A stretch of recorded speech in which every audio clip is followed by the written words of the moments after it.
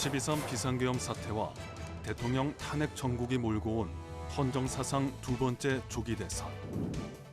윤석열 전 대통령이 파면된 뒤 두 달간의 치열한 선거전 끝에 마침내 이재명 정부가 출범했습니다. 대통령으로서의 직책을 성실히 수행할 것을 국민 앞에 엄숙히 선서합니다.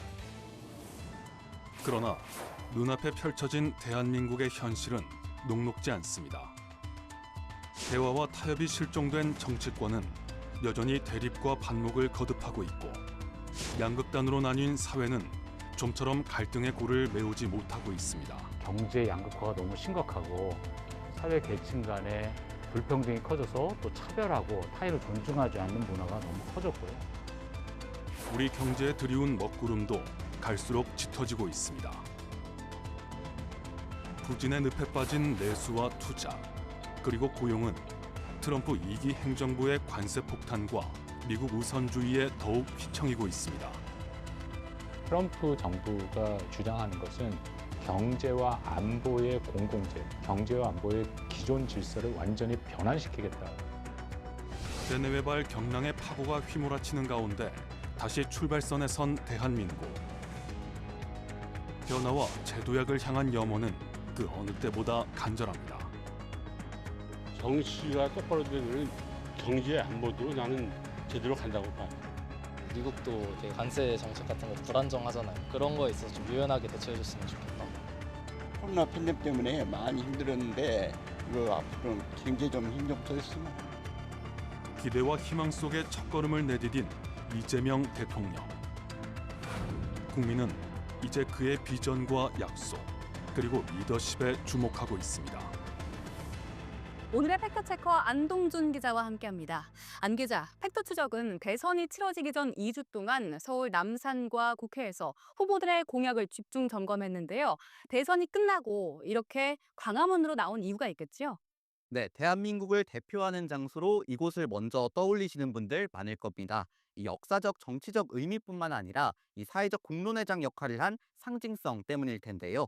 이 팩트 추적은 바로 이 광화문 광장에서 이 야심차게 닻을 올린 새 정부의 과제와 이 시민들의 바람을 짚어보고자 합니다.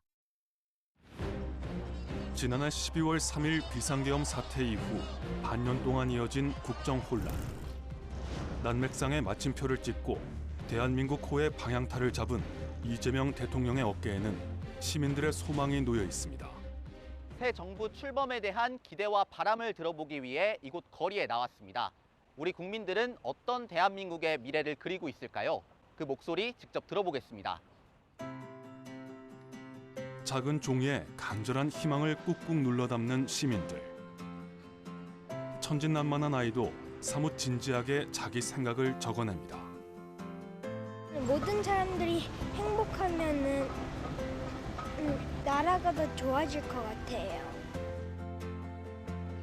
상식이 통하는 나라, 불안하지 않고 모두가 행복한 나라. 하나같이 소박하지만 어찌 보면 당연한 바람들입니다. 상식이 당연시되는 나라가 됐으면 좋겠다는 생각에서 상식이 당연시되는 나라를 만들어달라고 썼습니다. 갈등 없는 나라랑 좀 살기 행복한 나라 만들어달라고 적었습니다. 가진 사람이든 안 가진 사람이든 지역적인 차이든 뭐든 간에 모두 다 자기 자리에서 행복하게.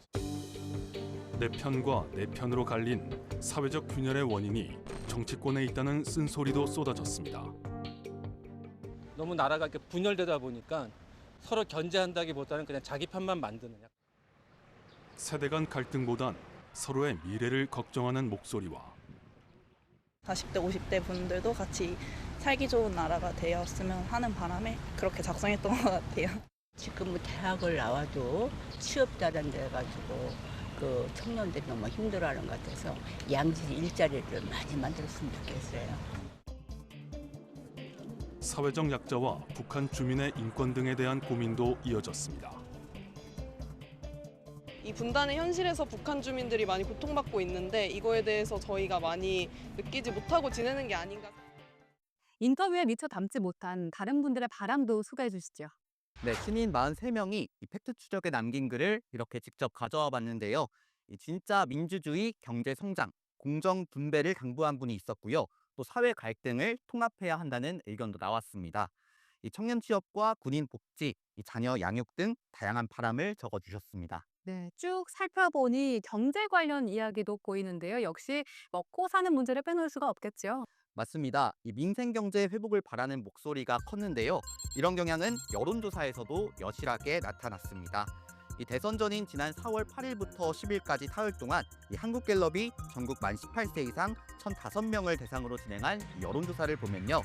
이 유권자의 절반가량인 48%는 이 차기 대통령의 국정 우선 과제로 경제 회복 활성화를 꼽았습니다. 이 국민 통합과 갈등 해소는 13%로 뒤를 이었습니다. 네, 경제를 살려달라는 메모가 특히 눈에 띄었는데요. 상당수 국민도 비슷한 생각을 하는 것 같아요. 네, 끝모를 경기 침체에 더는 버티기 힘들다라며 고충을 호소하는 사람들이 늘고 있습니다. 서울 공릉동에서 자그마한 카페를 운영하는 3년차 사장 조혜은 씨. 45개월 된 아이를 키우며 꿋꿋하게 가게를 운영하고 있지만 갈수록 삶은 팍팍해지고 있습니다. 원두값 등 각종 물가가 3년 새 무섭게 치솟았기 때문입니다.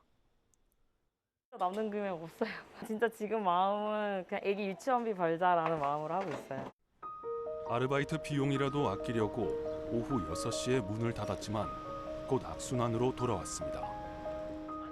영업시간 단축으로 손님이 줄면서 덩달아 매출까지 감소한 겁니다. 가게를 접어야 하나 고민하는 날은 그만큼 늘어갔습니다. 50% 밑이에요. 그리고 정말 이렇게 말하면 너무 속상한데 한 번은 그냥 너무 멍 때리다가 그냥 집에 간 적도 있어요. 비슷한 처지에 놓인 자영업자는 비단 조 씨뿐만이 아닙니다. 지난 2023년 기준 연간 폐업 신고 사업자는 100만 명에 육박해 역대 최대치를 기록했습니다. 자영업자 대출 규모는 지난해 3분기 기준 1,064조 4천억 원으로 이 가운데 연체액은 18조 원이 넘는 것으로 추산됐습니다. 두 수치 모두 관련 통계 작성 이후 가장 큰 규모입니다. 사실상 특정 계층이 감당하기 어려운 어떤 그런 한계 상황이 있는 것 같고요. 그리고 영세 자영업자들 같은 경우에는 코로나 시기에 정책 자금을 지원받았던 그 부채들이 여전히 해소가 안 되고 있는 것 같습니다. 소비 여력을 좌우할 가계대출은 올해 1분기 기준 1,800조 원을 넘어 내수 부진을 더욱 심화시키고 있습니다. 그나마 믿었던 수출마저 트럼프 2기 행정부발 고율 관세와 미국 우선주의에 발목이 잡히고 있습니다. 엎친 데 덮친 경제 위기의 위중함은 추락한 성장률에 고스란히 담겼습니다. 지난달 한국은행은 올해 우리나라 국내 총생산, 즉 GDP 성장률이 0.8%에 그칠 것으로 내다봤습니다. 전망이 맞는다면 1998년 외환위기, 2009년 세계 금융위기, 2020년 코로나19 대유행 이후 네 번째로 1% 미만 성장률을 경험하게 됩니다. 먼저 금년 경제 성장률은 지난 2월 전망치 1.5%를 큰 폭 하회하는 0.8%로 전망하였습니다. 이럴 때일수록 돌파구를 찾아야 하는데 눈앞의 현실은 험난합니다. 자동차와 배터리, 반도체 등 주력 산업은 경쟁국의 거센 추격을 받고 있고 AI 등 미래 신성장 산업은 아직 확고한 우위를 다지지 못했습니다. 저출생 고령화로 일할 사람은 줄고 복지 부담은 커지면서 경제 전반의 활력도 떨어지고 있습니다. 경기를 부양하면서도 어디다 할 건지, 그리고 어느 정도 할 건지, 그리고 과거의 잘못을 다시 하지 않으면서 어떻게 할 건지 이런 것들이 새 정부의 굉장히 중요한 과제가 될 것 같습니다. 벼랑 끝에선 우리 경제를 살리기 위해 새로 출범한 정부가 모든 영향을 쏟아 부어야 할 것 같은데 보관이 있습니까? 네, 이재명 대통령은 이 대선 후보 시절 이 가계와 소상공인의 활력을 증진하고 이 세계를 선도하는 경제 강국을 만들겠다고 약속했습니다. 이 추가 경정 예산을 편성하고 이 코로나 정책 자금 대출 채무 조정과 이 12.3 비상계엄으로 피해를 본 소상공인 지원 방안도 마련하겠다고 공언했습니다. AI 예산 비중을 선진국 이상으로 늘리고 또 AI 민간 투자 100조 원 시대를 열겠다고도 했습니다. 취임 직후 첫 일성에서도 민생 경제를 다시 일으키겠다는 각오를 다졌습니다. 민생 회복과 경제 살리기부터 시작하겠습니다. 불황과 일전을 치른다는 각오로 비상경제 대응 TF를 곧바로 지금 즉시 가동하겠습니다. 네, 그런데 장밋빛 청사진을 실현하려면 재원이 뒷받침돼야 할 것 같은데요. 네, 정부 재정 지출 구조 조정과 또 총수입 증가분 충당 등 이 공약 지배 구상을 어떻게 구체화하고 또 달성할지가 과제로 남았다는 지적이 많습니다. 네, 경제와 더불어 풀어야 할 숙제는 또 있죠. 네, 탄핵 정국 등으로 깊어진 이 사회 갈등을 치유하고 이 국민 통합을 이뤄야 하는 막중한 책임이 이재명 대통령과 새 정부에 주어졌습니다. 막바지 표심 잡기 경쟁이 한창이던 지난 5월 말 더불어민주당 이재명 당시 대선 후보의 강원도 춘천 유세 현장. 한쪽에서 갑자기 실랑이가 벌어집니다. 응원 피켓을 든 지지자와 일부 행인 사이에 시비가 붙은 겁니다. 선거운동 기간 전국 곳곳에 있는 유세 현장에서는 종종 말싸움이나 물리적 충돌이 빚어지기도 했습니다. 지역과 정당을 가리지 않고 다툼 신고 사례가 잇따랐습니다. 경기도 성남시에선 한 남성이 언쟁 중이던 국민의힘 김문수 후보 측 선거운동원을 폭행한 뒤 도주하는 사건이 발생했습니다. 대구의 더불어민주당 유세 장소에선 자동차 경적을 울린 운전자가 이에 항의하는 선거운동원들을 매단체 주행하는 일도 있었습니다. 앞서 윤석열 전 대통령 탄핵 심판 때 둘로 나뉜 거리의 모습은 우리 사회의 극명한 분열을 드러낸 단면이었습니다. 극단적으로 진영화되어져 있는 배타적인 정치 현실이 2025년 중순에 맞이하고 있는 한국 사회의 가장 큰 병폐고 또 암적인 어떤 그런 존재가 아니겠느냐. 급기야 상대를 악마화하는 경향까지 나타나고 있는데 정치권의 진영 논리가 이를 조장하고 있다는 비판이 거셉니다. 시민들도 문제의 심각성을 체감하고 있습니다. 사실 한쪽으로 치우쳐졌기 때문에 이제 어느 쪽이 더 이익을 보고 반대쪽은 손해를 보고 이러면 이제 결국엔 갈라질 수밖에 없잖아요. 정치적 양극화와 사회 갈등의 폐해가 갈수록 커지자 화합을 위한 해법 가운데 하나로 헌법 개정, 즉 개헌이 주목받고 있습니다. 이재명 대통령도 후보 시절 개헌 구상을 밝혔습니다.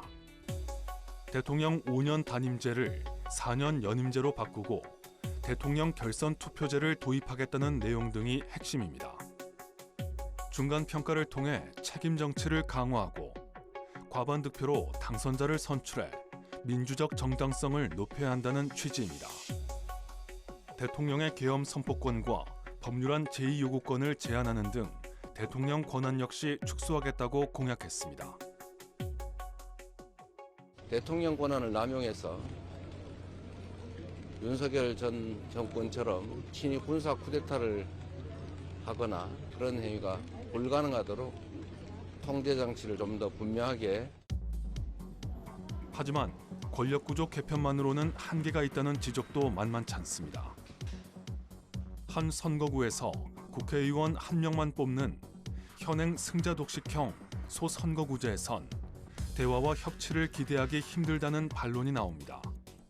대신 2명 이상을 선출하는 중대 선거구제로 전환하면 고질적인 지역주의를 완화할 수 있을 거란 주장이 적잖습니다.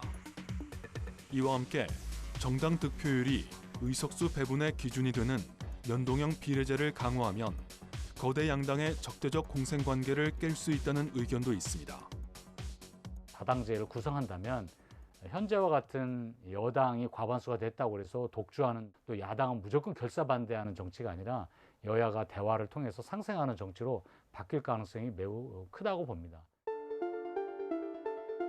물론 아무리 좋은 제도를 만들어도 상대를 인정하고 타협하는 성숙한 정치 문화가 뒤따르지 않는다면 벽에 부딪힐 수밖에 없습니다. 세대와 계층, 남녀와 노사 등 다른 여러 갈등도 결국 해결의 첫걸음은 소통이란 걸 이해 당사자와 정책 위반자들은 간과해선 안 됩니다. 소통이 돼야지 정치가 되는 겁니다. 소통 철학의 부재라고 하는 것이 현재까지 한국 정치를 제대로 발전시키지 못한 중요한 빈곤이 아니었느냐, 이렇게 저는 생각을 해요. 빈곤층과 노인, 장애인과 아동, 북한 이탈 주민과 이주민 등 사회적 약자에 대한 관심과 배려 또한 중요합니다. 이들에 대한 지원은 단순히 인권 보호 차원을 넘어 사회 통합과 공동체 전체의 지속 가능한 발전에도 도움을 주기 때문입니다. 우리 주변에 사회적 약자분들이 많은 걸로 알고 있어요. 그런 분들이 좀 이렇게 차별받지 않고 살아갈 수 있는 그런 좀 나라가 됐으면 좋겠습니다. 임계점을 향해 가는 사회 갈등과 흔들리는 민생 경제 등 복합위기에 직면한 대한민국의 현실과 시민들의 바람을 살펴봤는데요. 대외 여건도 긴장의 끈을 놓을 수가 없는 상황이죠. 맞습니다. 이 트럼프 대통령의 미국 우선주의와 각국의 전쟁, 그리고 북한의 핵 위협까지 이 세계는 지금 경랑에 휩싸였습니다. 이 국제 정세가 요동치는 가운데 이 새 정부의 외교 안보 도전 과제를 짚어봤습니다. 더욱 강력해진 트럼프 대통령의 보호무역주의. 핵심 무기는 고율 관세 카드입니다. 무역 적자 해소와 미국 내 산업 보호 등을 내세워 시작한 관세 전쟁은 전 세계를 혼돈에 빠뜨렸습니다. We are going to be imposing a 25% increase. We're going to bring it from 25% to 50% the tariffs on steel into the United States of America. 그동안 국가 리더십 부재로 정상 간 직접 협상이나 외교적 조율이 불가능했던 대한민국. 미국이 25% 상호관세 부과 유예 시한으로 제시했던 오는 7월 8일까지 새 정부가 대응할 시간은 한 달 남짓에 불과합니다. 관세 효력에 대한 미국 법원의 판단 절차가 진행되고는 있지만 협상에서 성과를 거두지 못하면 타격이 불가피합니다. 자동차와 철강 등 이미 고율 관세가 부과된 주력 품목에 이어 대다수 수출 기업이 직격탄을 맞게 되는 겁니다. 그간의 강달러로 미국이 굉장히 큰 손해를 보고 있었고, 그로 인해서 자신들이 큰 무역 적자를 보고 있었고, 그 무역 적자 때문에 자신들의 제조업이 다 망가졌다라는 생각을 하고 있거든요. 2026년 기준 연간 1조 5천억 원가량인 방위비 분담금을 미국이 더 올려달라고 공식 요구할 가능성도 부담스러운 지점입니다. 대중국 견제 수위를 높이는 미국이 아시아 동맹국들을 향해 국방비 지출 증액을 촉구하고 있기 때문입니다. While key allies in Asia spend less on defense in the face of an even more formidable threat, not to mention North Korea. 미국과는 안보, 중국과는 경제를 협력하는 이른바 안미 경중 전략을 미국 측이 사실상 경고한 가운데 주한미군 감축설이 끊이질 않는 것도 예사롭지 않습니다. 주변 강대국의 틈바구니에서 북한과 대치 중인 우리로선 고차 방정식을 풀어야 할 처지에 놓인 셈입니다. 주한미군도 더 이상 북한 위협이라는 단일 위협이 아니라 이것은 중국 위협에 대비한 형태로 재편될 가능성이 크고, 그 안에서의 주한미군의 숫자라든지 기능이 조정될 가능성이 저는 있다고 봅니다. 우크라이나 전쟁 참전 전후로 러시아와 밀착한 북한 당국의 행보 역시 눈여겨봐야 합니다. 재래식 무기에선 우리 군보다 열세라는 평가를 받던 북한군이 최근 러시아의 도움을 받아 전력 현대화에 속도를 내는 정황이 포착돼서입니다. 여기에다 날로 고도화되는 북한의 핵 능력은 안보에 대한 우려를 더욱 키우고 있습니다. What we see is an increase in all their capacities, in all their technologies. We see more enrichment. A new enrichment facility was completed. 전문가들은 특히 북미 간 핵 협상 재개 여부와 관련 동향을 예의주시해야 한다고 조언합니다. 트럼프 미국 대통령이 북핵을 용인하고 비핵화가 아닌 핵 군축을 논의 테이블에 올리는 건 한국 입장에선 최악의 상황이기 때문입니다. 미국은 물론 주변국과 긴밀히 협력해서 튼튼한 안보 환경을 구축해야 할 것 같습니다. 네, 이재명 대통령은 이 굳건한 한미 동맹을 토대로 이 대북 억제 능력은 갖추되 이 남북 간 군사적 긴장은 완화하겠다는 소신을 줄곧 강조해 왔습니다. 강력한 억지력으로 북핵과 북한의 군사 도발에 대응하되 북한과의 소통 창구를 열고 대화 협력을 통해 한반도 평화를 구축해 나가겠습니다. 이 공약집에는 한반도 비핵화라는 목표 아래 이 북핵 위협을 단계적으로 줄여가겠다는 계획도 넣었는데요. 이 앞으로 얼마나 구체적이고 또 실효성 있는 이행 방안을 마련하느냐가 이 성패를 가릴 것으로 보입니다. 다른 난제들도 많은 만큼 어깨가 무거울 것 같아요.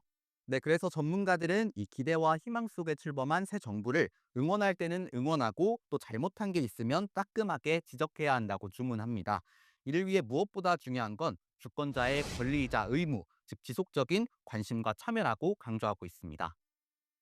지도자가 다 혼자 결정하고 투표하는 일이 전부라면 그거는 진정한 의미에서 주권을 행사하는 국민의 주인의 일은 아니라고 생각합니다. 민주주의라면은 정부의 정책 결정에 목소리를 내고 영향을 미쳐야 된다고 보고. 세 차례에 걸쳐 준비한 팩트 추적 대선 기획 선택 2025 약속의 무게는 여기까지입니다.